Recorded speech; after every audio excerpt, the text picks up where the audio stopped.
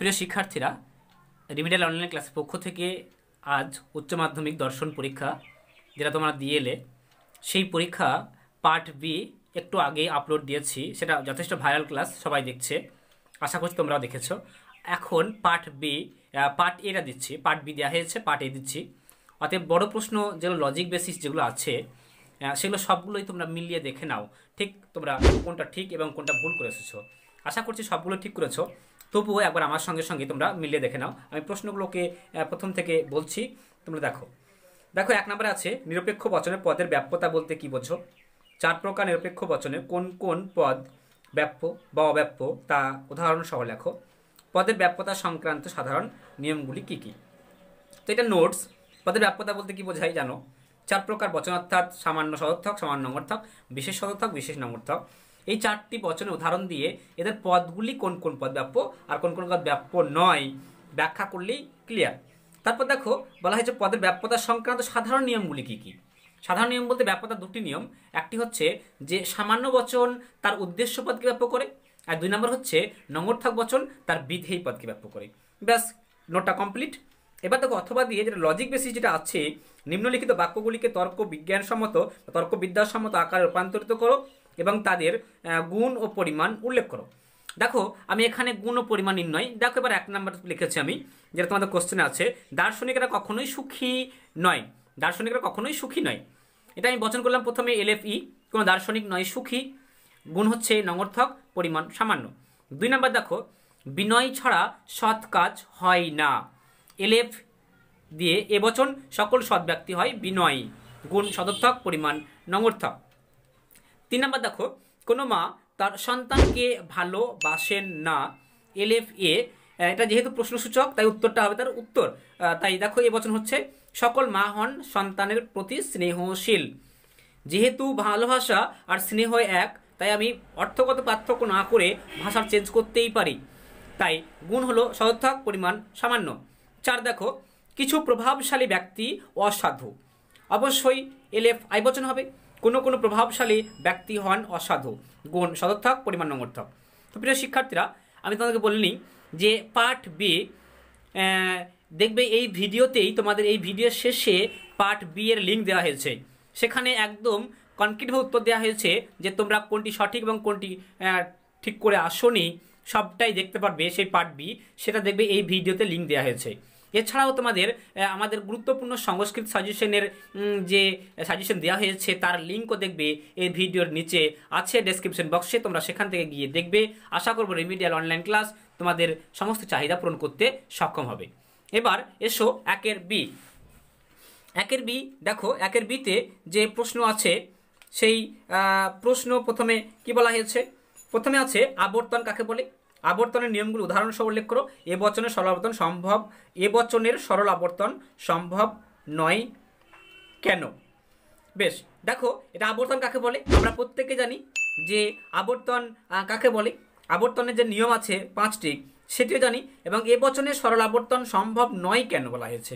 এটা প্রশ্নটা হতো এ বচনের সরল আবর্তন কি সম্ভব, কিন্তু তা না বলে দেখো এখানে বলেছে এ বচনের সরল আবর্তন সম্ভব নয় কেন। তো যেরকম প্রশ্ন আছে, আমি তো বোর্ডের প্রশ্নকে ভুল বলতে পারি না, তাই উত্তরটাকে তাদের মতো করেই করতে হবে। এখানে বলা হয়েছে এ বচনের সরল আবর্তন সম্ভব নয় কেন, তোমাকে উত্তরটি লিখতে হবে যে ও বচনের আবর্তন সরল আবর্তন সম্ভব নয় কারণ সেখানে ব্যাপ্যতার নিয়মটি লঙ্ঘিত হয় তাই। বেশ, এবার দেখো অথবা। অথবা দিয়ে বলা হয়েছে নিম্নলিখিত বাক্যগুলিকে আদর্শ আকারে রূপান্তরিত করো এবং আবর্তন ও বিবর্তন করো। 1 নম্বর দেখো কি হয়েছে এখানে। 1 নম্বর আছে কদাচিৎ চিকিৎসকেরা আবেগপ্রবণ। 1 নম্বর কি বললাম, কদাচিৎ চিকিৎসকেরা আবেগপ্রবণ। তাহলে 1 নম্বর কদাচিৎ শিক্ষকেরা আবেগপ্রবণ LF ও কোনো কোনো চিকিৎসকেরা নন আবেগপ্রবণ। এখানে বলা হয়েছে আবর্তন ও বিবর্তন, তাহলে তোমাকে বাক্য থেকে বচন করতে হবে এবং মূল বচন থেকে আবর্তন এবং মূল বচন থেকে বিবর্তন। তাই এটা হলো কোনো কোনো চিকিৎসক নন আবেগপ্রবণ ও বচন। তোমরা প্রত্যেকে জানো ও বচনে আবর্তন হয় না, তাই আমি লিখেছি ও বচনে আবর্তন সম্ভব নয়, কিন্তু না হলেও ও বচনে বিবর্তন তো সম্ভব। দেখো আমি ও বচনে বিবর্তন করেছি আই। কোনো কোনো চিকিৎসক হন ও আবেগপ্রবণ, বিবর্তন লিখে দিয়েছি পাশে। 2 নম্বর প্রত্যেক কবি হন দার্শনিক। প্রত্যেক কবি হন দার্শনিক, অবশ্যই এ বচন সকল কবি হন দার্শনিক। এই বচনের আবর্তন প্রত্যেকে জানি যে কোনো কোনো দার্শনিক হন কবি আবর্তন। আবার এই বচন থেকেই আমাকে বিবর্তন করতে হবে, তাহলে এই বচনের বিবর্তন কি? ই বচন, কোনো কবি নন ও দার্শনিক বিবর্তন। বেশ, এখানে সিরিয়ালটা আমার লেখার সময় গন্ডগোল হয়ে গেছে। 3 নাম্বার যেটা আছে তোমাদের, জড়বাদীরা আস্তিক নন।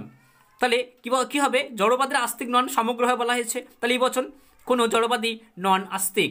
ই বচন, এরা ই বচনে আবর্তন ই বচন, তাহলে কোনো আস্তিক নন জড়বাদী, আবর্তন লিখে দিয়েছি দেখো। তারপরে ই বচনের আবার আমি বিবর্তন করব এ বচন, সকল জড়বাদী হন ও আস্তিক। এবার 4 যেটা আছে দেখো, আমি উল্টো করে রেখেছিলাম বলে তাই এটা দেখো রিপিট আসছে এখানে।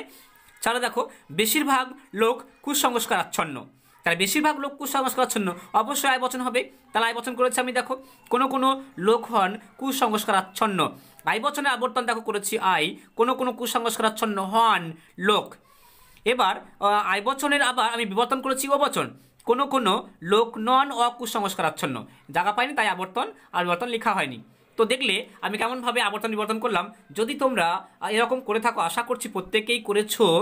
যদি না করে থাকো মন খারাপ করার কোনো প্রয়োজন নেই, কারণ অলরেডি অনেক জায়গা থেকে অনেক নাম্বার তোলা যাবে। তাই মন না খারাপ করে আশা করব প্রত্যেকেই ঠিকঠাক পেরেছো। ভিডিওটিকে শেষ অবধি দেখতে থাকো। দেখো 1 সি এর দাগে বলা হয়েছে, কি বলা হয়েছে ওখানে, নিম্নলিখিত যুক্তিগুলিকে আদর্শ আকারে পরিণত করে তাদের মূর্তি ও সংস্থান উল্লেখ করো এবং বৈধতা বিচার করো। তো দেখে নাও এবার সেটা। 1 নম্বরে 1 সি এর 1 কি বলা হয়েছে, এই ন্যায়টি অবশ্যই বৈধ, কেননা সকল বৈধ ন্যায়ের মতো এটিও 3 পদ বিশিষ্ট। তাহলে দেখো সিদ্ধান্ত করেছি এ, ন্যায়টি হয় বৈধ ন্যায়। অপ্রধান যুক্তিবাক্য, ন্যায়টি হয় 3 পদ বিশিষ্ট। প্রধান যুক্তিবাক্য, সকল বৈধ ন্যায় হয় 3 পদ বিশিষ্ট। মূর্তি কি হয়েছে? এ এ এ। সংস্থান দ্বিতীয়, কারণ দেখো হেতুপদগুলো একদম বিধি স্থানে আছে দুটোই। আর দোষ হচ্ছে অব্যাপ্য হেতু দোষ। আশা করছি এটা প্রত্যেকেই করেছো। যদি না করে থাকো তাহলে কিন্তু তোমাদের ভুল হয়েছে। যদি ভুল হয়ে থাকে কারো, তাহলে অবশ্যই মন খারাপ করবে না। দেখো 1 সি এর 2, সব সফল ব্যক্তি পরিশ্রমী, সুতরাং সব ছাত্র সফল নয়, যেহেতু সব ছাত্র পরিশ্রমী নয়। সিদ্ধান্ত করেছি দেখো ও, কোনো কোনো ছাত্র নয় সফল। অপ্রধান যুক্তিবাক্য করেছি কোনো কোনো ছাত্র নয় পরিশ্রমী। প্রধান যুক্তিবাক্য করেছি সকল সফল ব্যক্তি হন পরিশ্রমী। তো এটা কি মূর্তিটা ব্যারকো, কারণ এটা বৈধ মূর্তি, কোনো দোষ পাওয়া যায়নি, সমস্ত দোষগুলো মেনে চলেছে, তাই এটা দ্বিতীয় সংস্থান। দেখো দ্বিতীয় সংস্থান, মূর্তিটা বৈধ, বৈধ মূর্তির নাম হলো ব্যারকো। বেশ, তাহলে তোমরা 1 2 3 3টি লজিক বেসিস প্রশ্ন দেখলে। এবার তোমরা 1 ডিতে চলো, দেখো সেখানে কি পদ্ধতি এসেছে। বেশ, এখানে তোমার সি এর দাগে অথবা আছে, আমি অথবা বলছি না, কারণ খুবই সহজ প্রশ্ন হয়েছে, আশা করছি এটা করেছো প্রত্যেককে, তাই ওগুলোর আমি বলছি না। বেশ, এবার দেখো ডি এর দাগে বলেছে মিলের অন্যই পদ্ধতি আলোচনা করো। সংজ্ঞা, আকার, দৃষ্টান্ত, সুবিধা অসুবিধা। তো মিলের অন্যই পদ্ধতি আমি সাজেশনে দিয়েছিলাম। তাছাড়া আমি এবছর যে বইটি এচিভার লিখেছিলাম, দেখবে এই অধ্যায়ের প্রথম প্রশ্ন হিসাবে আমি অন্যইকে বেছেছিলাম, আর সেটাই এসেছে। আমি আজকে খুব খুশি যে আমার বইটি, লেখা বইটি, এর বাইরে কিন্তু একটিও প্রশ্ন হয়নি, সমস্ত প্রশ্নগুলি হুবহু এসেছে। আশা করব তোমরা বইটি এচিভারের দর্শন বইটি প্রত্যেককে কিনেছিলে এবং সেটা উপকৃত হয়েছে পড়ে। বেশ, এবার অথবা আছে, আমি অথবা পড়ছি না, সরাসরি চলে আসছে। দেখো ইয়ের দাগে কোশ্চেন, এর দাগে কোশ্চেন আগে দুখানা দোষ দেওয়া হয়েছে। আশা করবো তোমরা দোষ দুটোকে করনি, তার কারণ অথবা দিয়ে ডাইরেক্ট দুটো টিকা দেওয়া হয়েছে। আশা করো প্রত্যেকের টিকা দুটোই করেছো। অবান্তর ঘটনাকে কারণ হিসাবে গণ্য করার জনিত দোষ আর অবৈধ সামান্যীকরণ দোষ, এগুলো আমার বইয়ে একদম প্রথমে দেওয়া ছিল। আশা করছি আমার প্রিয় শিক্ষার্থীরা তোমরা প্রত্যেকেই করেছো, তোমরা প্রত্যেকেই ভালো পাবে এরকম আমি আশা রাখবো। তোমরা ভিডিওর শেষে ডেসক্রিপশন বক্সে গিয়ে পার্ট বি এর সমস্ত অ্যান্সারগুলোকে তোমরা দেখে নাও, দেখবে সমস্ত কারেক্ট অ্যান্সার দেওয়া হয়েছে, সেখান থেকে মিলিয়ে দেখে নাও তো দর্শনে মোট পার্ট এ এবং পার্ট বি মেলে টোটাল কত নাম্বার পাচ্ছ। এছাড়াও সংস্কৃত পরীক্ষা তোমাদের বেশ কিছুদিন দেরি আছে, তার কারণ তোমরা জেনে গেছো যে অলরেডি আজকেই ঘোষণা করা হয়েছে সরকারের তরফ থেকে যে তোমাদের পরীক্ষা ক্যান্সেল হয়েছে। 15ই এপ্রিল তোমাদের জানানো হবে যে নেক্সট আবার কবে পরীক্ষা শুরু হচ্ছে। সেই কারণে দুশ্চিন্তা না করে অবশ্যই সংস্কৃত ভূগোল যে পরীক্ষাগুলো বাকি আছে সেগুলো তৈরি হও। আর remedial online class already suggestion দিয়ে রেখেছে এবং একদিনও তোমাদের সঙ্গে থাকবে বিভিন্ন নিত্য নতুন প্রয়োজনীয় সাজেশন নিয়ে। Thank you everybody, best of lakh.